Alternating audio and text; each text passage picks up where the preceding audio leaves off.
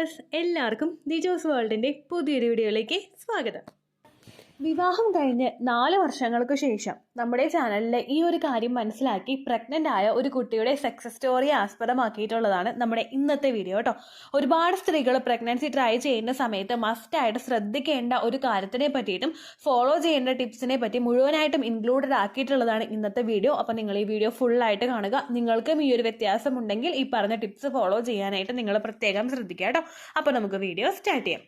ഈ കുട്ടിക്ക് ഇവിടെ പ്രഗ്നൻസി പോസിറ്റീവ് ആവുന്നതിന് മുൻപായിട്ട് ഒരുപാട് നാളുകൾ പ്രഗ്നൻസി ട്രൈ ചെയ്തിട്ടുണ്ട്. ഈ ട്രൈ ചെയ്യുന്ന സമയത്തൊക്കെ ഓവുലേഷൻ ട്രാക്ക് ചെയ്യാനായിട്ട് പറ്റിയിട്ടുണ്ട്. പക്ഷേ സൈക്കിൾ ഭയങ്കര ഷോർട്ടായിട്ട് പോവുകയായിരുന്നു. അതായത് ചില മാസങ്ങളിൽ നല്ലതുപോലെ കുറഞ്ഞു സൈക്കിൾ പോവുക, കണ്ടിന്യൂസ് ആയിട്ട് ഇങ്ങനെ വ്യത്യാസങ്ങൾ വന്നു തുടങ്ങിയപ്പോഴേക്കും കുറച്ച് കഴിഞ്ഞിട്ട് ഓവുലേഷനും ട്രാക്ക് ചെയ്യാൻ പറ്റാത്തൊരു സിറ്റുവേഷനിലോട്ട് എത്തി. അപ്പോൾ നമ്മുടെ ചാനലിൽ ഒരുപാട് വീഡിയോസ് ഉണ്ട് പ്രൊജസ്ട്രോൺ ഹോർമോണിനെ പറ്റിയിട്ട്. അങ്ങനെ പ്രൊജസ്ട്രോണിന്റെ ഇമ്പോർട്ടൻസ് എന്താണെന്ന് മനസ്സിലാക്കിയപ്പോൾ ലോ പ്രൊജസ്ട്രോണിന്റെ ഡെഫിഷ്യൻസീസും അതുപോലെ സിംറ്റംസും ഒക്കെ കണ്ടു തുടങ്ങിയപ്പോഴാണ് ഇതിനെ പറ്റിയുള്ള കൂടുതൽ കാര്യങ്ങൾ ചിന്തിച്ചതും ട്രീറ്റ്മെന്റ് എടുത്തതും പ്രഗ്നന്റ് ആകാനായിട്ട് സാധിച്ചത് കേട്ടോ. അപ്പൊ എന്താണ് പ്രൊജസ്ട്രോൺ ഹോർമോൺ എന്ന് നമുക്ക് ഏറ്റവും ആദ്യം തന്നെ മനസ്സിലാക്കാം. നമ്മുടെ ശരീരം പുറപ്പെടുവിപ്പിക്കുന്ന ഒരു സെക്സ് ഹോർമോൺ ആണ് പ്രൊജസ്ട്രോൺ എന്ന് പറയുന്നത്. ഈസ്ട്രജനും പ്രൊജസ്ട്രോണും ഉണ്ട്, ടെസ്റ്റോസ്റ്ററോണും ഉണ്ട്. ഇതിൽ പ്രൊജസ്ട്രോണിനെ പറ്റിയിട്ടാണ് നമ്മൾ ഇന്ന് സംസാരിക്കുന്നത് കേട്ടോ. നമ്മുടെ റീപ്രൊഡക്റ്റീവ് ഹെൽത്ത് നന്നായി നടക്കാൻ വേണ്ടിയിട്ടും നല്ല രീതിയിൽ പെർഫോം ചെയ്യാൻ വേണ്ടിയിട്ടും സപ്പോർട്ട് ചെയ്യുന്ന ഒരു ഹോർമോൺ ആണ് പ്രൊജസ്ട്രോൺ ഹോർമോൺ എന്ന് പറയുന്നത്. ഇതിന്റെ ഇംബാലൻസസ് നമുക്ക് ശരീരത്തിൽ ഉണ്ടായി കഴിഞ്ഞാൽ അത് മെൻസ്ട്രേഷനെയും അഫക്ട് ചെയ്യും, നമ്മുടെ പ്രഗ്നൻസിയെയും അഫക്ട് ചെയ്യും. കാരണം നമുക്ക് മെൻസ്ട്രൽ സൈക്കിളിനെ രണ്ടായിട്ട് ഡിവൈഡ് ചെയ്യുകയാണെങ്കിൽ ഏറ്റവും ആദ്യത്തെ ഫേസിൽ നമുക്ക് വേണ്ടത് ഈസ്ട്രോജൻ ഹോർമോൺ ആണ്. ഇത് അണ്ടം വളർന്ന് മൂപ്പെത്തി പൊട്ടാനായിട്ട് സഹായിക്കുമ്പോഴേക്കും നമ്മുടെ പ്രൊജസ്ട്രോൺ ഹോർമോൺ ആണ് എൻഡോമെട്രിയൽ ലൈനിങ് തിക്നെസ് ആകാൻ വേണ്ടിയിട്ട് സഹായിക്കുന്നതും പ്രഗ്നൻസി ആയ ഫെർട്ടിലൈസ്ഡ് ആയിട്ടുള്ള എംബ്രിയോ സർവൈവ് ചെയ്ത് മുൻപോട്ടേക്ക് പോകാൻ വേണ്ടിയിട്ടുള്ള ഒരു കപ്പാസിറ്റി അതിന് കൊടുക്കുന്നത്.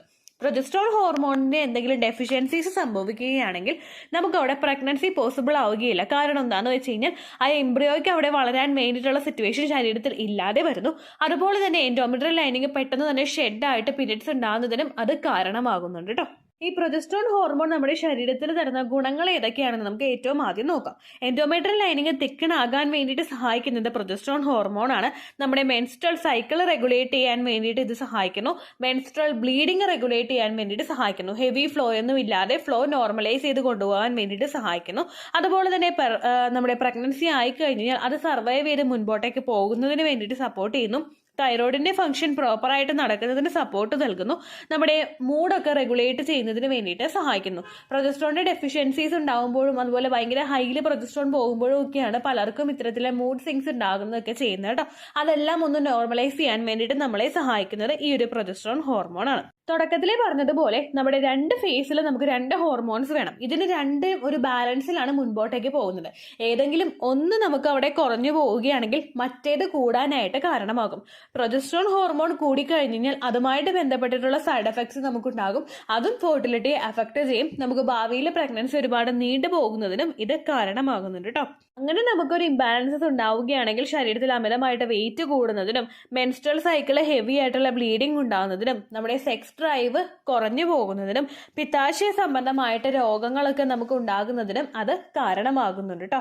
പ്രഗ്നൻസി ട്രൈ ചെയ്യുന്ന സമയത്ത് പ്രൊജസ്ട്രോൺ ഹോർമോൺ നമുക്ക് ശരീരത്തിൽ ലോ ആയി പോവുകയാണെങ്കിൽ എൻഡോമെട്രിയൽ ലൈനിങ് തിക്കണാകാത്തതോടൊപ്പം നമ്മുടെ എക്ടോപിക് പ്രഗ്നൻസി ഉണ്ടാവാനായിട്ട് ചാൻസ് ഉണ്ടാകുന്നു. മിസ്കാരേജ് ഉണ്ടാവാനായിട്ടുള്ള ചാൻസസും കൂടുന്നു. എക്ടോപിക് പ്രഗ്നൻസി എപ്പോഴും ഉണ്ടാകുന്നത് നമ്മുടെ ഫെർട്ടിലൈസ്ഡ് ആയിട്ടുള്ള എഗ് ഫലോപ്പിയൻ ട്യൂബിൽ ഇംപ്ലാന്റ് ആകുന്ന സമയത്താണ്. കാരണം അതിന് സർവൈവ് ചെയ്ത് മുൻപോട്ടേക്ക് പോകാൻ പാകത്തിന് ഹോർമോൺസ് ശരീരത്തിൽ ഇല്ലാതെ വന്നു കഴിയുമ്പോഴാണ് ഇംപ്ലാന്റേഷൻ നമ്മുടെ ഫലോപ്പിയൻ ട്യൂബിൽ ഉണ്ടാകുന്നത്. ഈ ട്യൂബിൽ ഉണ്ടാകുന്ന ഇംപ്ലാന്റേഷൻ നമ്മൾ നേരത്തെ കണ്ടുപിടിച്ചിട്ടില്ല എങ്കിൽ നമുക്ക് ട്യൂബ് റപ്ചർ ആയി പോകുന്നതിനും നമ്മുടെ ലൈഫിന് തന്നെ ഒരു ത്രെട്ടായി മാറുന്നതിനും അത് കാരണമാകും കേട്ടോ. അതുപോലെ തന്നെ നിങ്ങൾക്ക് പ്രഗ്നൻസി ആയിട്ടുണ്ടെങ്കിലും നമ്മൾ പ്രഗ്നൻസിയുടെ തുടക്കകാലത്തിൽ പ്രൊജസ്ട്രോൺ ഹോർമോൺ ശരീരത്തിൽ കൃത്യമായിട്ട് ഇല്ല എങ്കിൽ അതിന്റെ ഭാഗമായിട്ട് നമുക്ക് മിസ്കാരേജ് ഉണ്ടാകും. കുറച്ചങ്ങോട്ട് മുൻപോട്ടേക്ക് പോകുമ്പോഴാണ് നമ്മളിത് അറിയുന്നതെങ്കിൽ ഇഞ്ചക്ഷൻ എടുത്തു കഴിഞ്ഞാലോ അല്ലെങ്കിൽ മെഡിസിൻസ് എടുത്തു കഴിഞ്ഞാലോ നമ്മൾ റെസ്റ്റ് എടുക്കുമ്പോഴോ പ്രൊജസ്ട്രോൺ ഇൻക്രീസ് ചെയ്യാൻ സഹായിക്കുന്ന ഫുഡ് കഴിക്കുമ്പോഴോ നമുക്കിത് പോകാം. പക്ഷേ ഇംപ്ലാന്റേഷൻ കഴിഞ്ഞിട്ട് വളരെ വെരി നെക്സ്റ്റ് ഡേ തന്നെ നമുക്ക് പ്രൊജസ്ട്രോൺ ശരീരത്തിൽ സപ്പോർട്ട് ചെയ്യാനും പാകത്തിന് ഇല്ലെങ്കിൽ നമ്മൾ പോലും അറിയാതെ റെക്കറന്റ് ആയിട്ട് നമുക്ക് മിസ്കാരേജ് ഉണ്ടാകുന്നതിനും അത് കാരണമാകും കേട്ടോ. ഇനി ലോ പ്രൊജസ്ട്രോണിന്റെ ലക്ഷണങ്ങൾ ഈ കുട്ടിക്ക് ഉണ്ടായതുപോലുള്ള ലക്ഷണങ്ങൾ നിങ്ങൾക്കുണ്ടോ എന്ന് ഏറ്റവും ആദ്യം നമുക്ക് നോക്കാം. ഏറ്റവും ആദ്യത്തെ ലക്ഷണം എന്ന് പറയുന്നത് വെയിറ്റ് ഗെയിൻ ആണ്. നമ്മളിപ്പോൾ ഭക്ഷണം കഴിച്ചില്ലെങ്കിൽ വണ്ണം വെക്കുന്ന ഒരുപാട് പേരില്ലേ. അങ്ങനെ വണ്ണം വെക്കുന്നത് ഒരിക്കലും അവൾ കഴിക്കുന്ന ഭക്ഷണം കൊണ്ടല്ല, മറിച്ച് ഹോർമോൺസിന്റെ ഇംബാലൻസസ് കൊണ്ടാണ്. അപ്പോൾ നമുക്ക് ഇത്തരത്തിലുള്ള ലക്ഷണങ്ങൾ കാണുകയാണെങ്കിൽ നിങ്ങൾ കഴിക്കുന്നത് ഭക്ഷണത്തിനേക്കാൾ, അതായത് കുറവ് കഴിച്ചാലും നിങ്ങൾക്ക് കൂടുതലായിട്ട് വണ്ണം വെക്കുന്നത് പോലെ ഉണ്ടാവും കേട്ടോ. അടുത്തൊരു ബുദ്ധിമുട്ടാണ് നമുക്ക് ബ്ലോട്ടിംഗ് ഉണ്ടാവുക.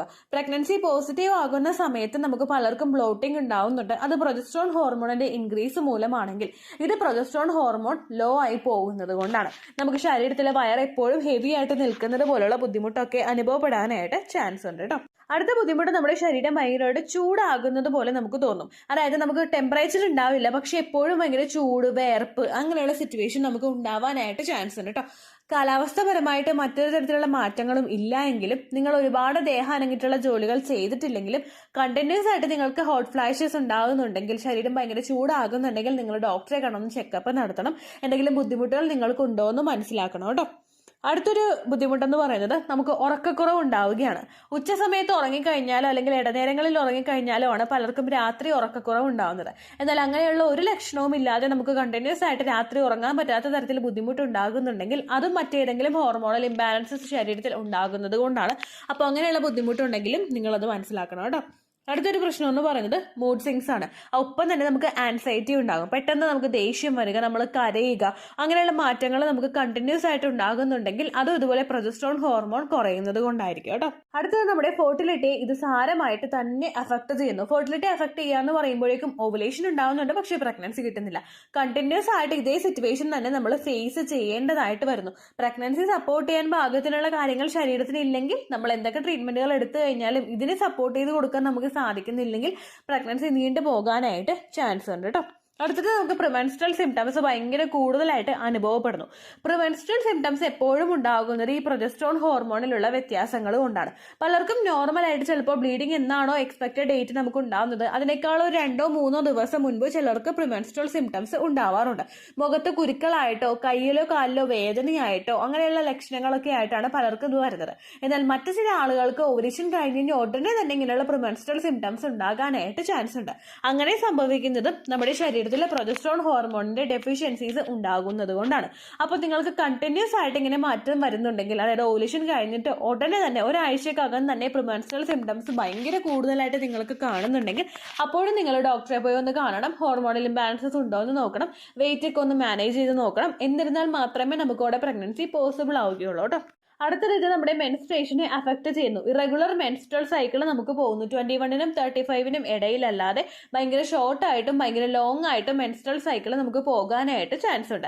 നമ്മുടെ ശരീരത്തിൽ ഇതിൽ പ്രൊജസ്ട്രോൺ ഹോർമോൺ കുറയുന്നതിന്റെ ഭാഗമായിട്ട് ഈസ്ട്രോജൻ ഹോർമോൺ കൂടും. അത് രണ്ടും കൂടിയുള്ളൊരു ഇംബാലൻസ് ശരീരത്തിൽ ഉണ്ടാകുമ്പോൾ രണ്ടിന്റെയും എഫക്ട് മൂലം, ഒരെണ്ണത്തിന്റെ കൂടുതലും ഒരെണ്ണത്തിന്റെ കുറവ് മൂലം നിങ്ങൾക്ക് ഒരുപാട് തരത്തിൽ മെൻസ്ട്രേഷനെ അത് അഫക്ട് ചെയ്യാനായിട്ട് ചാൻസ് ഉണ്ട്. അപ്പോൾ ഏതെങ്കിലും ഒരു ദിവസം പീരിയഡ്സ് വന്നാൽ പോരാ, അത് റെഗുലർ ആയിട്ട് നമുക്ക് ട്രാക്ക് ചെയ്യാൻ പറ്റുന്ന ദിവസത്തിൽ വേണം നമുക്ക് പീരിയഡ്സ് ആകാൻ വേണ്ടിയിട്ട്. അങ്ങനെ നിങ്ങൾക്ക് വരുന്നുണ്ടോ എന്ന് മസ്റ്റ് ആയിട്ട് ശ്രദ്ധിക്കണം കേട്ടോ. അടുത്തതിന് എന്തെല്ലാം കാര്യങ്ങൾ കൊണ്ടാണ് നിങ്ങൾക്ക് ഇങ്ങനെ സംഭവിക്കുന്നതെന്ന് നോക്കാം. ഏറ്റവും ആദ്യത്തെ സിറ്റുവേഷൻ എന്ന് പറയുന്നത് PCOD ആണ്. PCOD ഇപ്പോൾ നമ്മളൊരു 10 സ്ത്രീകളെ എടുത്തു കഴിഞ്ഞാൽ അതിൽ 3 പേർക്ക് PCOD ഉണ്ടാവാനായിട്ട് ചാൻസ് ഉണ്ട്. PCOD ഉണ്ടാകുമ്പോഴേക്കും ശരീരത്തിലെ ഈസ്ട്രോജൻ ഹോർമോണിന്റെ അളവ് ക്രമാതീതമായിട്ട് ഉയരും.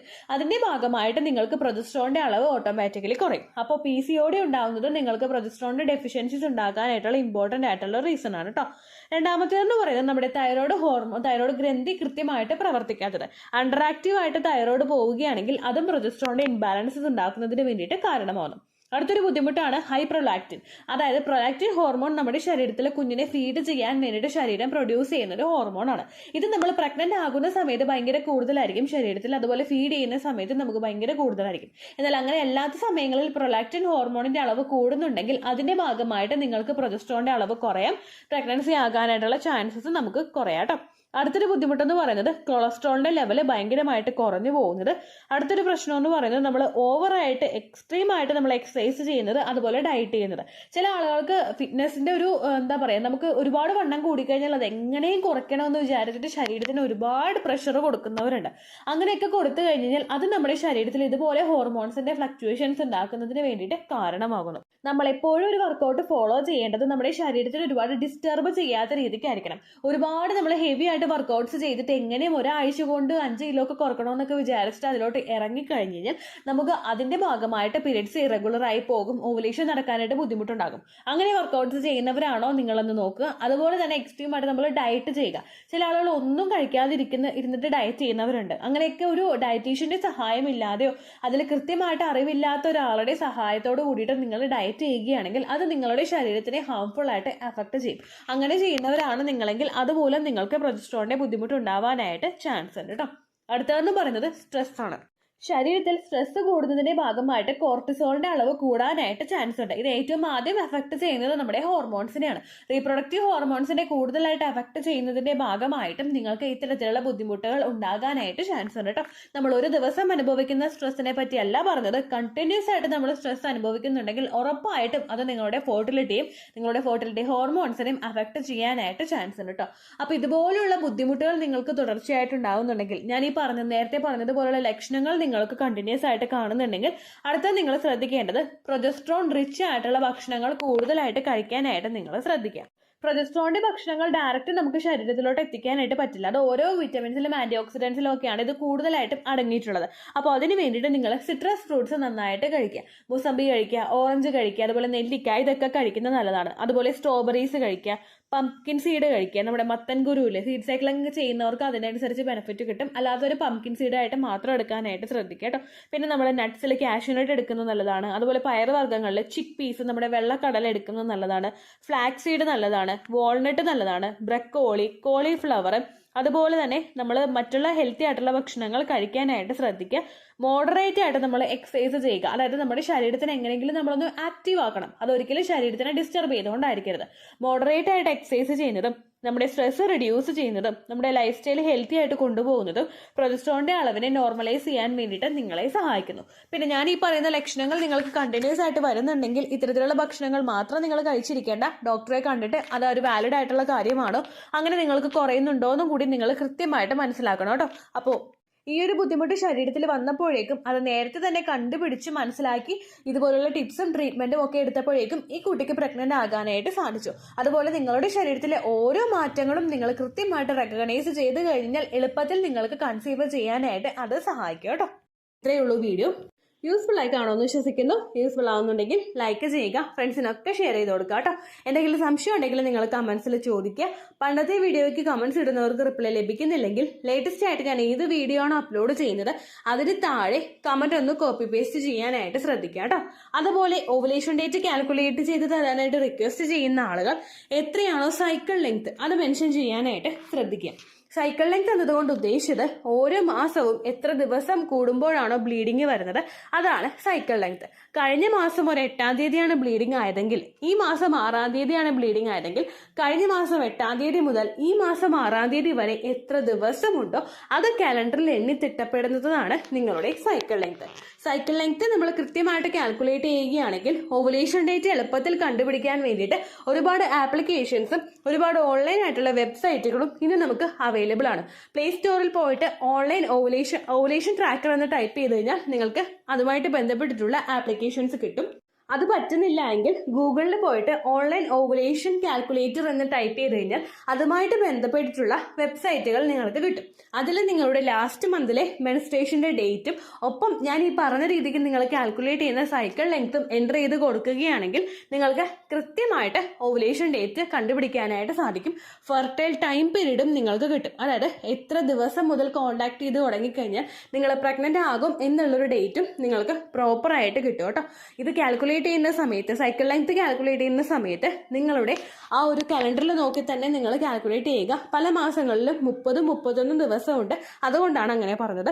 ഒപ്പം നിങ്ങൾക്ക് ബ്ലീഡിങ് തുടങ്ങിയ ദിവസത്തിന് വേണം നിങ്ങൾ ഡേ 1 ആയിട്ട് എടുക്കാൻ വേണ്ടിയിട്ട്.